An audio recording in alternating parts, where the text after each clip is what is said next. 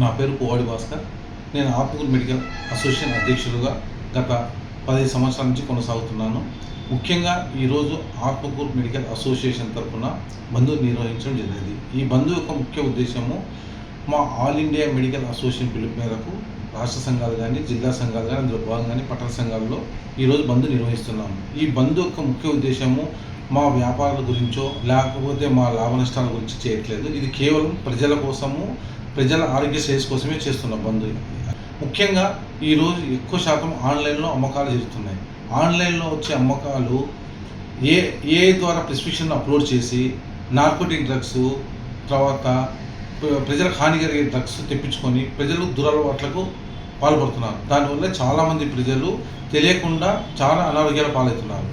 Number 2, ఆన్లైన్లో medicines చాలా మటుకు డూప్లికేట్ వస్తున్నాయి. ఆ నకిలీ మందులు డూప్లికేట్, ఆ విషయం కూడా చాలామందికి తెలియదు. ఇంకొక విషయము, చాలామంది కార్పొరేట్ సంస్థలు కానీ, కొన్ని సంస్థలు కానీ డిస్కౌంట్ రూపంలో నకిలీ మందులు అమ్ముతున్నారు, అధిక డిస్కౌంట్ ఇచ్చి. ఆ విషయం తెలియక అక్కడ డిస్కౌంట్ ఇవ్వట్లేదు, ఇక్కడ డిస్కౌంట్ ఇస్తున్నారు. ఈ విషయాన్ని ప్రజల్లో అవగాహన కలగజేయాలని, అవేర్నెస్ కోసమే తప్ప ఏదో మాకు వచ్చే లాభాలు తగ్గుతున్నాయనో లేకపోతే మాకు వ్యాపారాలు లేవనో కాదు.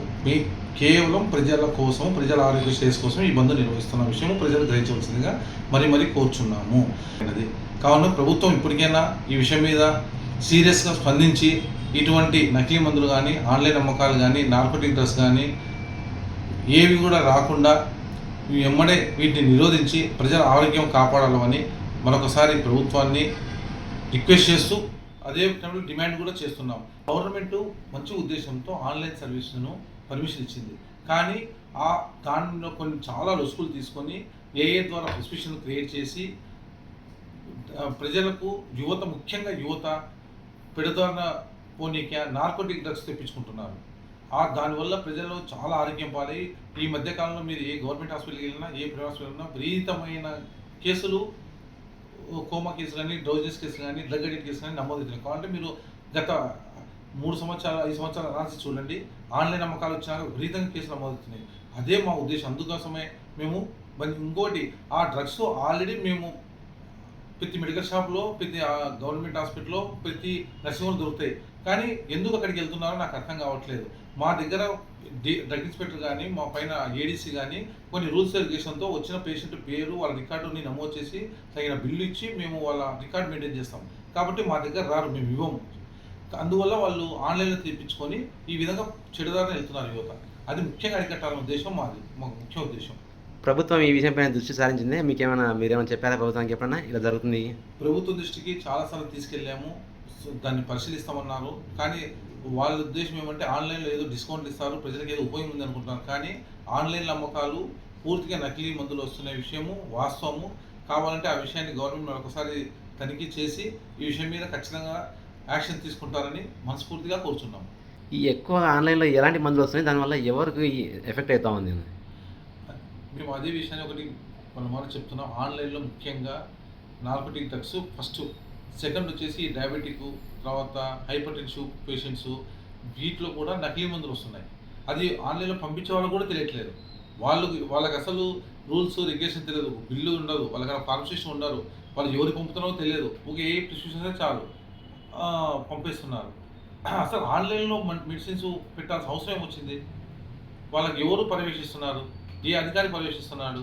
వాళ్ళకి ఎవరు పర్మిషన్ ఇస్తున్నారు? అసలు ఒక మెడికల్ షాప్ పెట్టాలంటే మాకు ఇంత సైజు షాప్ ఉండాలా, రిఫ్రిజిరేటర్ ఉండాలా, ఏసీ ఉండాలా, ర్యాక్స్ ఉండాలా, ఫార్మసిస్ట్ ఉండాలి, బిల్ బుక్ మెయింటైన్ చేయాలి, ఒక రిజిస్టర్ మెయింటైన్ చేయాలి, ప్రిస్క్రిప్షన్ ఉండాలి. ఇన్ని రూల్స్ పెట్టినప్పుడు ఆన్లైన్లో ఎందుకు రూల్స్ పెట్టినందువల్ల తప్పుదారి జరుగుతున్నాయి. ప్రతి చోట, ప్రతి పల్లెలో ఇప్పుడు మెడికల్ షాపులు ఉన్నాయి, మెడిసిన్స్ అందుబాటులో ఉన్నాయి. అలాంటప్పుడు ఆన్లైన్ సేవలు ఎందుకు అనే మా ముఖ్యమైన ప్రశ్న. మరి ఏం చేయాలి ప్రభుత్వం? మీకు వెంటనే ప్రజల ఆరోగ్యాన్ని దృష్టిలో పెట్టుకొని ఆన్లైన్ సేవలు, నకిలీ మందులు రద్దు చేయాలి. ఇది మా ముఖ్యమైన ఉద్దేశం. దీని మీద చర్య తీసుకోవాలి. ఈ ఆన్లైన్ మందులు వాడడం వల్ల మేము ఎఫెక్ట్ అయితే మాకు ఇబ్బంది పడతామని చెప్పి మీకు ఎవరైనా కంపెనీ ఇచ్చారా వచ్చి? చాలా మంది ఇస్తున్నారు. ఎలా? పేరెంట్స్ వాడే యువత ఇవ్వట్లే, వాళ్ళ సంబంధించిన పేరెంట్స్ వచ్చి మాకు చెప్తున్నారు చాలామంది.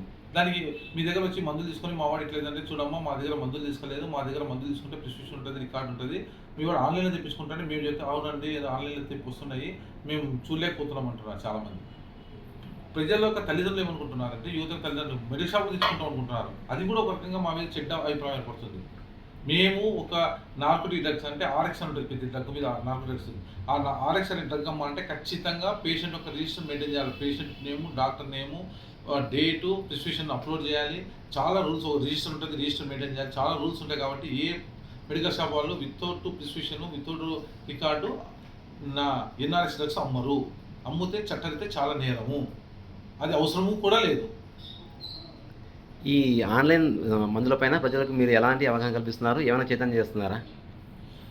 ప్రతిరోజు మాకు సంబంధించిన అన్ని గ్రూపులలో, అన్ని ఇన్స్టాలో, అన్ని ఫేస్బుక్లో మా జిల్లా నాయకులు, రాష్ట్ర నాయకులు, ఆల్ ఇండియా నాయకులు చెప్తూనే ఉన్నారు. కానీ ప్రజలు ఇప్పుడు ఏమున్నారంటే ఈజీ గోయింగ్లో వెళ్తున్నారు.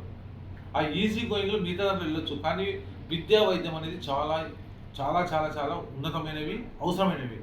ఆ రెండును అన్ని ఒకే దావగట్టినట్లు వీటిని కూడా, విద్యా వైద్యాన్ని కూడా ఆన్లైన్ సేవలు వెళ్తే చాలా ఇబ్బంది పడాల్సి వస్తుంది రాను రాను. ముఖ్యంగా వైద్యం అనేది చాలా చాలా సెన్సిటివ్. దాదాపు మాకు 30 సంవత్సరాల అనుభవం ఉన్నా మాకే ఇంకా 1% కూడా తెలియదు. ఇంకా మాకే ఏం తెలియనప్పుడు మామూలు సాధారణ ప్రజలకు ఏం తెలుస్తుంది? ఇంకా డాక్టర్లు కూడా చాలామంది తెలియదు. ఏ డాక్టర్ అయినా వాళ్ళకి సంబంధించిన సబ్జెక్టు మాత్రం ఐడియా ఉంటుంది, వేరే సబ్జెక్ట్ అయినా ఉంటుంది.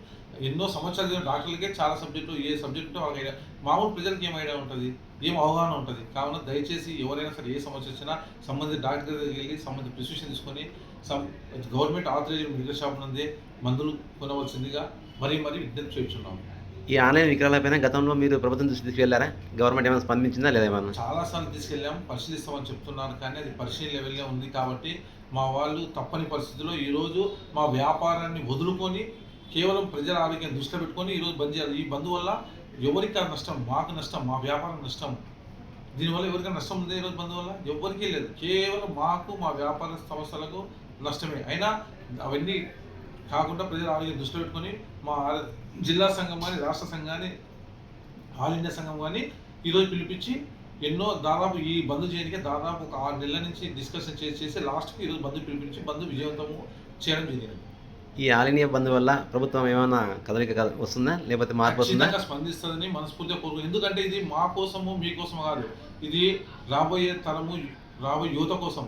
ఇప్పుడు కనుక ప్రభుత్వం స్పందించకపోతే రేపొద్దున ప్రభుత్వం సమాధానం చెప్పాల్సి ఉంటుంది. దీనివల్ల మాకు వచ్చేది లాభం లేదు, నష్టం లేదు. ప్రజల ఉద్దేశం కోసం మేము చేస్తున్నాం బంద్. ఈ బంద్లో మేమేమన్నా మాకు మార్జిన్ పెంచామనో, లేకపోతే లాభాలు పెంచామనో, లేకపోతే డిస్కౌంట్లు ఇవ్వమనో, గవర్నమెంట్ ఏమో రాయితీలు ఇవ్వమని మేము అడగట్లేదే. ఎక్కడ కూడా మాకు సంబంధించిన అంశాన్ని ఎక్కడ కూడా మేము ప్రతిపాదించలేదు. కేవలం ప్రజల యొక్క ఆరోగ్యాన్ని దృష్టిలో పెట్టుకొని బంద్ నిర్వహించాం. ఎక్కడన్నా మాకు సంబంధించిన అంశం ఉందా? ఎక్కడ లేదు. మా వ్యాపారం సంబంధించిన అంశం ఎక్కడ కూడా మేము డిమాండ్ పెట్టలేదు. ప్రజల ఆరోగ్యాన్ని డిమాండ్ పెట్టాం. ఈ ఆన్లైన్ విక్రయాల వల్ల మీకు ఏమైనా వ్యాపారం తగ్గుతుందా? ఏమన్నా మీకు అంత సేల్స్ తగ్గిపోవడం కానీ, మందులు తీసుకోకపోవడం అలాంటి ఏమైనా యాంగిల్ ఏమైనా ఉంటుంది? వ్యాపారం అనేది నిరంతర ప్రక్రియ. ఓ రోజు ఆన్లైన్ వస్తుంది, ఓ రోజు పక్కన షాప్ పెడతారు, రేపు పొద్దున ఇంకొకటి వస్తుంది. దాన్ని ఎవరు ఆపలేరు. ఈ నిరంతర ప్రక్రియలో కొనసాగుతున్న ఎవరు అప్పటి నుంచి జరుగుతుంటుంది. దీన్ని ఎప్పుడు బేస్ చేసుకోలేము. కానీ ఏది ఏమైనా ప్రజల ఆరోగ్యం అనేది ముఖ్యం. అదే మా ముఖ్య ఉద్దేశం. దాన్ని దృష్టిలో పెట్టుకొని ప్రభుత్వం ఇప్పటికైనా స్పందించి ఈ నకిలీ మందులు కానీ, ఆన్లైన్ విక్రయాలు కానీ, నార్కోటిక్ డ్రగ్స్ కానీ, నిషేధిత మందులు కానీ, ఇటువంటివన్నీ. ఇంకొక ముఖ్య విషయం, ఈ ఆన్లైన్లో వీటిని అడ్డం పెట్టుకొని కొన్ని సంస్థలు గంజాయి కూడా పంపిస్తున్నారు విషయాలు కూడా కొన్ని బయటపడుతున్నాయి, కొన్ని 1-3 చోట్ల.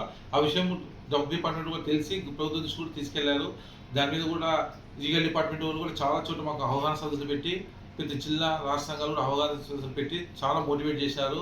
వారికి కూడా మా తరఫున లీగల్ డిపార్ట్మెంట్ వాళ్ళు కూడా ప్రత్యేక ధన్యవాదాలు. కానీ ఇన్ని పెట్టినా కానీ యువతకు మేలుకోవాలి, అప్పుడే ప్రజల ఆరోగ్యం బాగుపడుతుంది. ఈ పబ్లిక్ రెస్పాండ్ ఎలా ఉంది ఈరోజు బంద్ పైన మీది? పబ్లిక్ రెస్పాన్స్ చాలా బాగుంది. పబ్లిక్ సపోర్ట్ అందుకు ఈరోజు మేము బంద్ చేయగలిగినాము. ఒక్క షాప్ కూడా ఆత్మకూరు పట్టణంలో కానీ చుట్టుపక్కల గ్రామంలో ఒక్క షాప్ కూడా తెరవలేదు. అంటే కేవలం పబ్లిక్ సపోర్ట్ వల్లనే. పబ్లిక్ సపోర్ట్ లేకుండా ఏమీ చేయలేము. పబ్లిక్ కూడా బాగా అర్థం చేసుకున్నారు, వీళ్ళు చేసే బంద్ మా కోసము, మన కోసము. కాబట్టి ఇది ఖచ్చితంగా సపోర్ట్ చేయాలని పబ్లిక్ కూడా మాకు సపోర్ట్ చేసినారు. మేము దాదాపు గంట సేపు రాష్ట్రంలో చేస్తూ కూడా ఒక్క పబ్లిక్ కూడా ఎందుకు చేస్తున్నారు, మాకు ఇబ్బందిని కూడా అనలేదు. కాబట్టి మరొకసారి ప్రజలకు, మా అసోసియేషన్ సభ్యులకు పేరు ధన్యవాదాలు తెలియజేసుకుంటున్నాం.